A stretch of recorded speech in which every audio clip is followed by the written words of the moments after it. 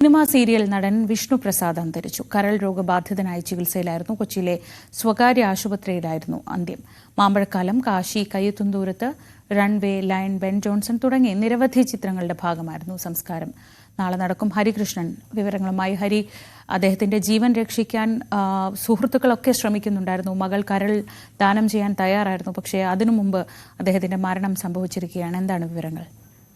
ശ്രീജ, ശരിയാണ്. കാരണം കുറച്ച് മാസങ്ങളായി വിഷ്ണു പ്രസാദ് കരൾ രോഗ ചികിത്സയിൽ തന്നെ ആയിരുന്നു. അപ്പോഴാണ് അടിയന്തരമായി കരൾമാറ്റ ശസ്ത്രക്രിയയ്ക്ക് ആവശ്യമാണെന്ന് പറയുന്നു. പക്ഷേ ഈ ശസ്ത്രക്രിയയ്ക്ക് ആരംഭിക്കുന്നതിന് മുമ്പ് തന്നെ വിഷ്ണു പ്രസാദ് മരണപ്പെടുകയായിരുന്നു. മൂത്ത മകൾ കരൾ ദാനം ചെയ്യാൻ വേണ്ടി തയ്യാറായിരുന്നു. അപ്പോൾ ഒരു ഭീകരമായ തുക, ഏകദേശം ഒരു 30-35 ലക്ഷത്തോളം രൂപ ഇതിൻ്റെ ചികിത്സയ്ക്കായി വേണമായിരുന്നു. അതുകൊണ്ട് തന്നെ അത് സ്വരൂപിക്കാനുള്ളൊരു നെട്ടോട്ടത്തിലായിരുന്നു കുടുംബം. സീരിയൽ സംഘടനയായ ആത്മ അടിയന്തരമായ ഒരു തുക നൽകുകയും ചെയ്തിരുന്നു. പിന്നാലെ ഓൺലൈൻ ഫണ്ടിങ്ങും ഒക്കെ ആയിട്ട് തന്നെ കുടുംബം ഈ പണം ഒപ്പിക്കാൻ വേണ്ടിയിട്ടുള്ള ഒരു തത്രപ്പാടിലായിരുന്നു. അതിനിടയിലാണ് ഈ മരണം സംഭവിക്കുന്നത്.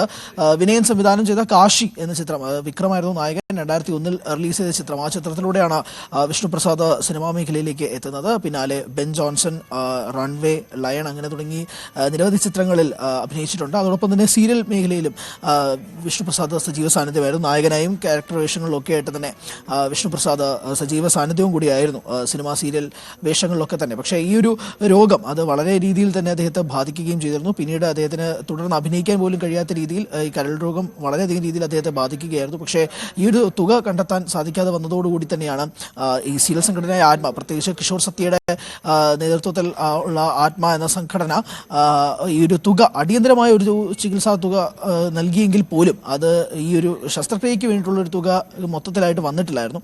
ഇന്ന് രാവിലെ കിഷോർ സത്യയാണ് ഈ വിവരം തന്നെ അറിയിച്ചത്. ആസ്ട്രോ മെഡിസിറ്റിൽ, കൊച്ചി ആസ്ട്രോ മെഡിസിറ്റിലായിരുന്നു അദ്ദേഹം ചികിത്സയിലുണ്ടായിരുന്നത്. അവിടെ വെച്ചാണ് മരണം സംഭവിക്കുന്നത്. പുലർച്ചെ 1 മണിയോടുകൂടിയാണ് വിഷ്ണു പ്രസാദിന്റെ മരണം സംഭവിക്കുന്നത്. നടൻ കിഷോർ സത്യയാണ് ഈ വിവരം സമൂഹ മാധ്യമങ്ങളിലൂടെ അറിയിച്ചത്. എന്തായാലും തനിക്ക് കിട്ടിയ വേഷങ്ങളെല്ലാം ഗംഭീരമായി കൈകാര്യം ചെയ്ത വിഷ്ണു പ്രസാദ് വിട്ടുപിരിയുന്നു എന്നുള്ളത് തന്നെയാണ് ഏറ്റവും പ്രധാനപ്പെട്ട വിവരമായി പറയാനുള്ളത്. ശരിയാണ്, അത്യന്തം ദുഃഖകരമാണ്. ജീവൻ രക്ഷിക്കാൻ സുഹൃത്തുക്കൾ ശ്രമിച്ചെങ്കിലും അത് നടന്നില്ല. ഇന്ന് പുലർച്ചെയാണ് വിഷ്ണു പ്രസാദിന്റെ അന്ത്യം സംഭവിച്ചത്. ഇപ്പോൾ വിഴിഞ്ഞത്തേക്ക് ഒരു അപ്ഡേറ്റ്. വിഴിഞ്ഞത്തേക്കുള്ള യാത്ര പ്രധാനമന്ത്രി രാജ്ഭവനിൽ നിന്ന് തുടങ്ങിയിരിക്കുന്നു. രാജ്ഭവനിൽ നിന്ന് ഇറങ്ങിയ പ്രധാനമന്ത്രി നരേന്ദ്രമോദിയുടെ വാഹനവ്യൂഹം പാങ്ങോട് മിലിറ്ററി ക്യാമ്പിലേക്കാണ് പോകുന്നത്. അവിടെ നിന്ന് ഹെലികോപ്റ്റർ മാർഗമാണ് അദ്ദേഹം വിഴിഞ്ഞത്തേക്ക് എത്തുക. ഇപ്പോൾ 9:45 അല്പസമയത്തിനകം തന്നെ പാങ്ങോട് ഇപ്പോൾ എത്താൻ അധിക സമയം വേണ്ട. അവിടെ നിന്ന് ഹെലികോപ്റ്റർ മാർഗം വിഴിഞ്ഞത്തെത്തും. വിഴിഞ്ഞത്ത് 10:15 എത്തുന്ന പ്രധാനമന്ത്രി തുടർന്ന് അവിടെയൊക്കെ കാണും. പോർട്ടിന്റെ ടെർമിനൽ മുഴുവൻ സന്ദർശിച്ച ശേഷമായിരിക്കും 11 മണിക്ക് വേദിയിലേക്ക് എത്തുന്നത്. തുടർന്നാണ് ഉദ്ഘാടന ചടങ്ങ് നടക്കുക.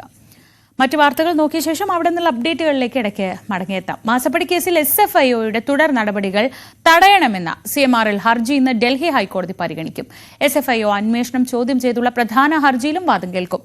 മാസപ്പടി ആരോപണത്തിലെ SFIO അന്വേഷണം ചട്ടവിരുദ്ധമാണെന്നാണ് പ്രധാന ഹർജിയിൽ കമ്പനി വാദിക്കുന്നത്. ജസ്റ്റിസ് സുബ്രഹ്മണ്യ പ്രസാദിന്റെ ബെഞ്ചാണ് കേസ് പരിഗണിക്കുന്നത്.